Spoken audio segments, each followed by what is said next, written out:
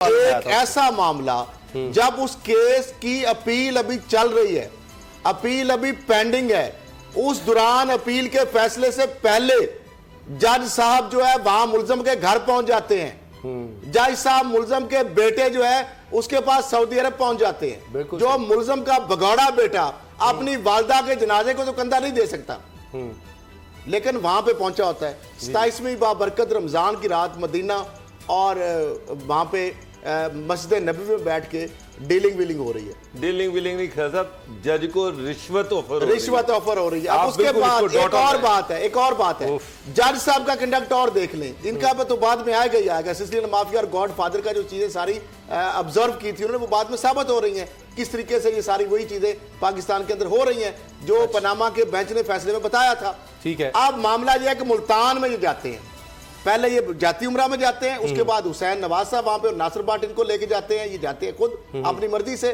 किसी को नहीं बताते। फिर ये मुल्तान जाते हैं जून में, सऊदी अरब से वापसी पर मुल्तान जाते हैं, मियां तारक के साथ जाते हैं, होटल में 2 रात क्याम करते हैं, ड्राइवर के नाम पे कमरा बुक कराते हैं, वहां पे उनको तरले मिलते करते हैं। फिर जज साहब पीसी में आते हैं, वो पार्टियां साथ आती हैं, गालबन अगर मैं गलती हूं तो सेंट्रल लतीफ कोसा जो है वो भी वहां पे मौजूद होते हैं। नून लीग को वीडियो, पहले पीपल्स पार्टी को वीडियो बेचने की उन्होंने कोशिश की, फिर उन्होंने नून लीग को की मियां तारक ने।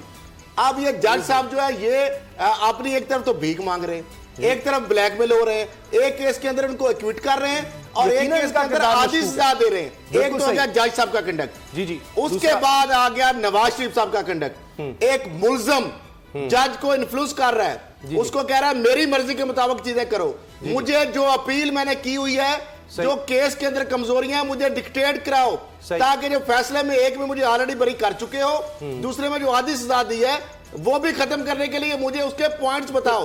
फोर्स किया जाता है, अगवा किया जाता है, लेकिन मैं अगवा नहीं कहूंगा, वो मर्जी से आते हैं, वो ना तो मॉनिटरिंग जज को बताते हैं ना इस्लामाबाद हाई कोर्ट को एडमिनिस्ट्रेटिव जिनके पास ब्लैकमेलिंग सब कुछ है। अच्छा दोबारा इस पर आते हैं, obstruction of justice, obstacle of justice, इसके ऊपर रेफरेंस बनता है नैब का, बिल्कुल 4 साल सजा उसकी।